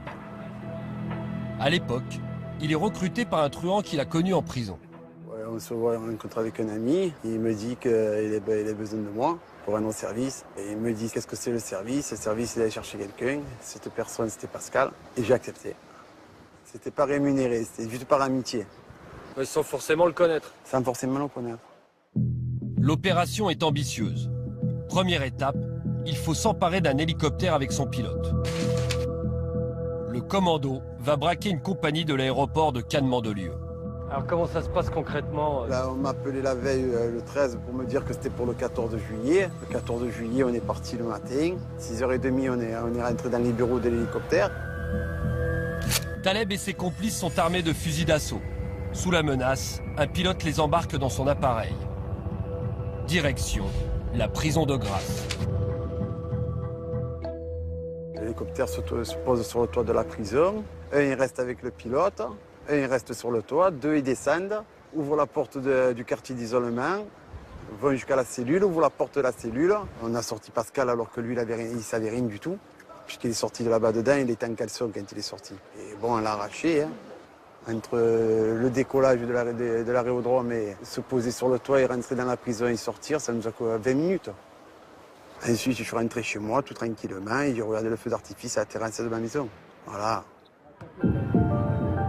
Du travail de pro. Pascal Payet s'évanouit dans la nature. À l'époque, Pierre Folacci est numéro 2 de la BRB à Marseille. Il conduit l'enquête. Il apprend par un tuyau que ce sont des garçons de quartier qui auraient fait le coup. Plus précisément de la Cayolle. Au départ, personne n'y croit. Mais les enquêteurs surveillent tout de même le quartier depuis cette colline qui le surplombe. On s'est mis sur le nom qu'on nous avait donné au départ, hein, sur le garçon qui est originaire d'ici, qui était le plus âgé du commando. Et puis de fil en aiguille, à partir de surveillance physique d'ici, puis technique ailleurs, et puis ça a continué sur plusieurs semaines, on a pu greffer à cet individu tous les autres membres du commando. On était un peu étonnés que ça vienne d'une cité. On avait été plus habitués dans les évasions précédentes de Pascal Payet à voir des gens du milieu traditionnel, du milieu marseillais traditionnel. En suivant cette piste, la police arrête Pascal Payet en Espagne quelques semaines plus tard. Fin de la cavale et début des ennuis pour Taleb. La police, elle est venue, elle nous a surveillés. Je veux dire, ils sont mis en haut sur la colline, là-haut, et ils ont commencé à nous photographier. Ce qu'on ne savait pas, c'est qu'il y avait un indique dans cette histoire qui travaillait avec la police au départ. Et 3 mois après, on s'est fait arrêter. Taleb fera 5 ans de prison pour complicité d'évasion. Aujourd'hui, il reste fier d'avoir participé à une opération aussi réussie. C'est à partir de cette affaire que les policiers marseillais ont compris que la criminalité avait changé de visage. Et que dorénavant, les caïds des cités jouaient dans la cour des grands.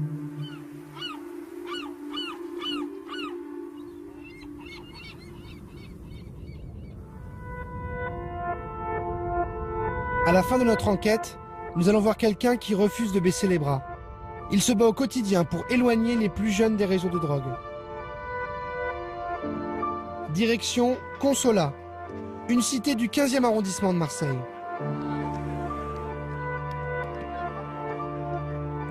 Karim, 43 ans, est l'un des dirigeants du club de football. Depuis 8 ans, il entraîne les jeunes du quartier. Ils sont plus de 300 à venir chaque semaine jouer au foot sur ce terrain, en plein cœur de la cité.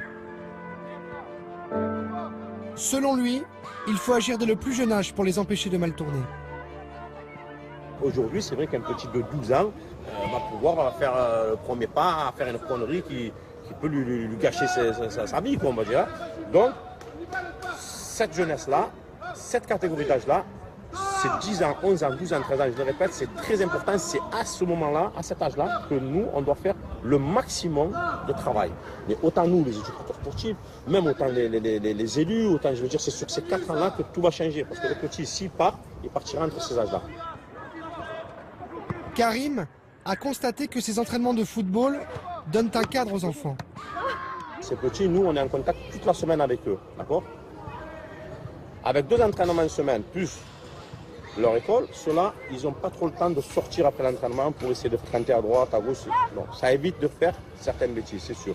Aujourd'hui, c'est vrai qu'on a toujours la compétition, mais on a beaucoup maintenant ce fameux discours qui leur fait comprendre de faire attention. Dimanche, on joue. Quand on les lâche le vendredi soir, on leur explique attention, ce que tu vas faire vendredi soir, samedi, parce que nous, dimanche matin, il faut sur la telle heure. Donc, on essaye de leur enlever le temps qui pourrait servir de fameuse dérive. Voilà.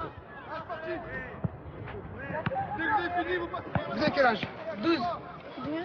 Mais bon. Alors, comment c'est la vie dans les quartiers nord aujourd'hui? On voit des images terribles, mais c'est comment les quartiers nord aujourd'hui? C'est bien.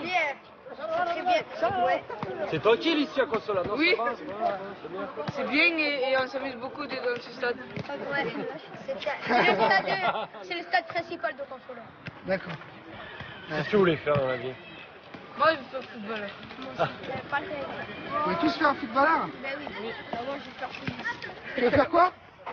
Tu veux faire policier? Ah bah viens nous raconter ça. C'est vrai, tu veux faire policier? Ouais. Qu'est-ce qui te plaît dans la police? C'est les gens en prison. Tu veux mettre des gens en prison, toi?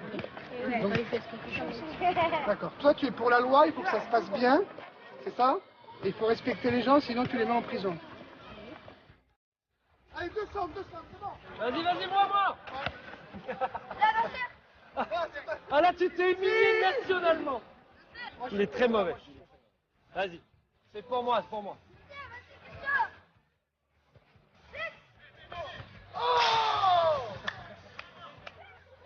C'est bon.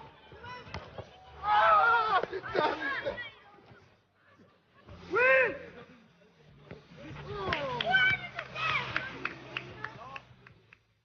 Seb, tu dis au revoir aux messieurs, on y va. C'est comme les gosses, on est obligé.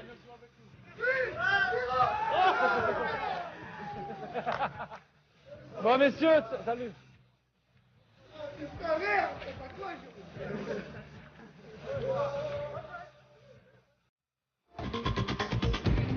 C'est la fin de ce numéro. Merci beaucoup de nous avoir suivis. Retrouvez-nous sur Facebook, sur la page spéciale investigation et continuez de décrypter l'info sur Canal. Lundi prochain, nous enquêterons sur le chauffage 60 ans après l'appel de l'abbé Pierre. Pourquoi 9 millions de Français ont-ils encore froid l'hiver? La faute à la crise, bien sûr, mais pas seulement. Certains choix industriels pèsent lourd sur notre facture énergétique. On se quitte avec quelques images de cette prochaine enquête. Salut! À l'autre bout de la France, à quelques kilomètres de Poitiers, Aline, orthophoniste au chômage, est condamnée à ramasser du bois pour se chauffer. C'est un peu comme à la préhistoire.